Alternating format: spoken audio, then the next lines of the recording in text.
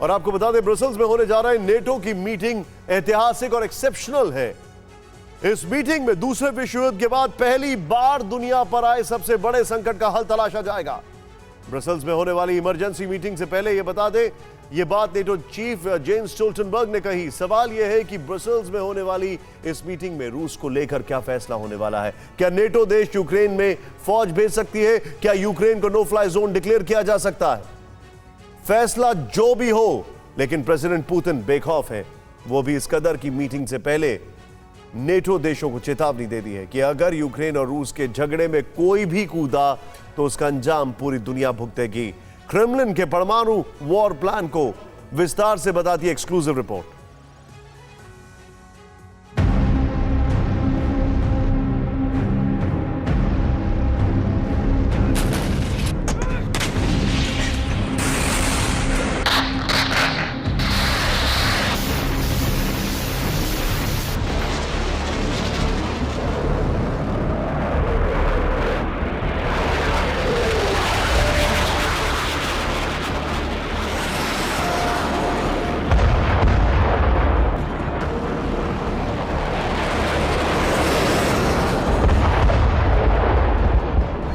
America का bomber,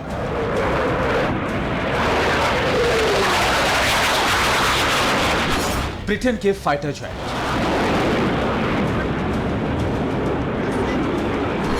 France का Rafale,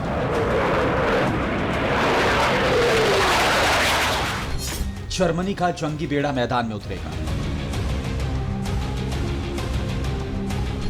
कौन किससे लड़ेगा, किसके साथ, किसके खिलाफ लड़ेगा? विश्व युद्ध की पूरी आशंका आकार ले चुकी है।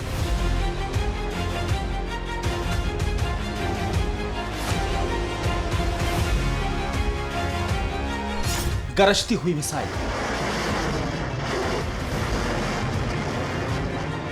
रफ्तार से आग बरसाते रॉकेट्स और बेहिसाब बर्बादी।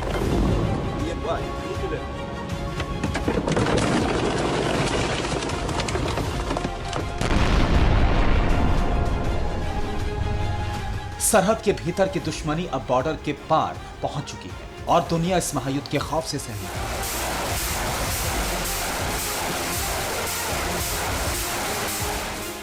क्योंकि एक तरफ रूस है तो दूसरी तरफ सुपर पावर अमेरिका के साथ 28 देशों की फौज। अगले 24 घंटे में रूस और यूक्रेन का युद्ध कैसे विध्वंसक मोड़ लेने वाला है, इसे 24 मार्च के वर्ल्ड शेड्यूल से ही समझिए।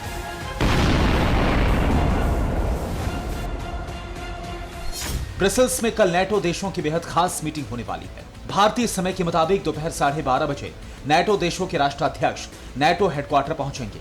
2:15 बजे नेटो देशों के प्रतिनिधियों की फैमिली फोटो होगी। दोपहर 2:30 बजे नेटो देशों की बैठक शुरू होगी। करीब 2 घंटे के बाद शाम 4:45 बजे नेटो चीफ प्रेस कॉन्फ्रेंस करेंगे। ब्रसेल्स में नेटो नेताओं के अलावा बाइडेन की G7 के नेताओं के साथ भी शिखर बैठक होगी। इसके अलावा यूरोपियन काउंसिल का इमरजेंसी सेशन भी होने वाला है।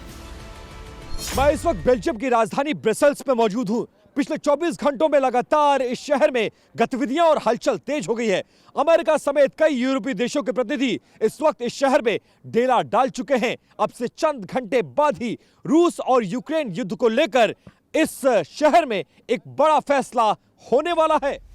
लेकिन सवाल यह है कि इतने इमरजेंसी मुलाकातों के बाद नेटो चीफ क्या बोलेंगे? नेटो देश यूक्रेन में सेना भेजने को तैयार है। यूक्रेन को नो फ्लाई जोन घोषित किया गया। यूक्रेन में नेटो का 20 मिशन भेजा जाएगा। अगर नेटो देशों की मीटिंग में इन 3 में से एक पर भी फैसला होता है तो यकीन मानिए कि तीसरा विश्व युद्ध तय है। पता है क्यों? क्योंकि रूस ने बाइडेन के ब्रसेल्स पहुंचने से पहले ही चेता दिया है। रूस के विदेश मंत्रालय ने बड़े नेटो देशों को वार्निंग दे दी है कि अगर यूक्रेन में पीस मिशन के नाम पर फौज भेजी गई तो सीधी जंग होगी। इस बात की कोई गारंटी नहीं कि रूस और नेटो के सैनिक आमने सामने नहीं होंगे।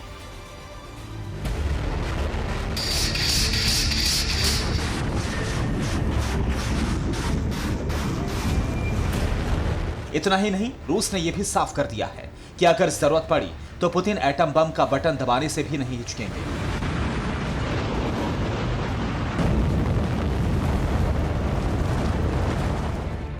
क्रेमलिन के प्रवक्ता ने क्लियर कह दिया है, घरेलू सुरक्षा को लेकर हमारा एक सिद्धांत है और यह सार्वजनिक है। आप परमाणु हथियारों के इस्तेमाल की सभी वजहें पढ़ सकते हैं। इसलिए अगर हमारे देश के वजूद पर खतरा पैदा होता है तो परमाणु हथियारों का इस्तेमाल हमारे सिद्धांतों के मुताबिक किया जा सकता है। यानी साफ है कि अगर अमेरिका और नेटो देश रूस के खिलाफ मोर्चा खोलते हैं, यूक्रेन में पीस मिशन के बहाने फौज भेजते हैं, तो पुतिन 77 साल बाद सबसे बड़ी तबाही लाने में रत्ती भर भी नहीं हिचकेंगे।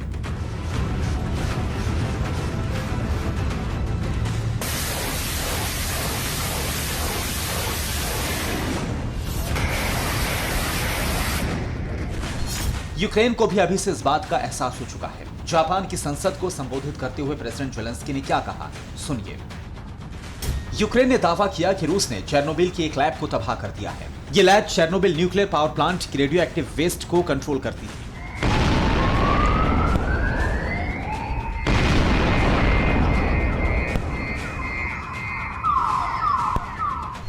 जेलेंस्की ने जो कहा वो काफी हद तक सही भी है, सच्चाई भी वही है।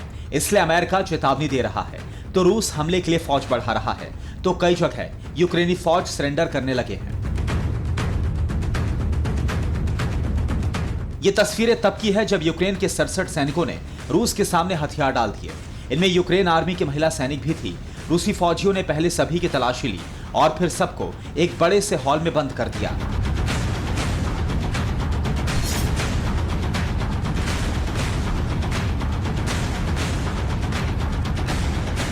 जो घायल थे उनके इलाज का भी इंतजाम किया गया। पुतिन के दिमाग में क्या चल रहा है ये सिर्फ पुतिन ही जानते हैं, लेकिन यूरोप की दहलीज पर जो हालात हैं उससे हर बीतता लम्हा महायुद्ध की बड़ी त्रासदी का इशारा दे रहा है। जानकार ये मान रहे हैं कि अगर युद्ध लंबा खिंचता है और रूस की सेना को कहीं से भी शिकस्त का एहसास होता है तो प्रेसिडेंट पुतिन किसी भी हद तक जा सकते हैं, भले ही परमाणु बम ही क्यों ना दागना पड़ जाए।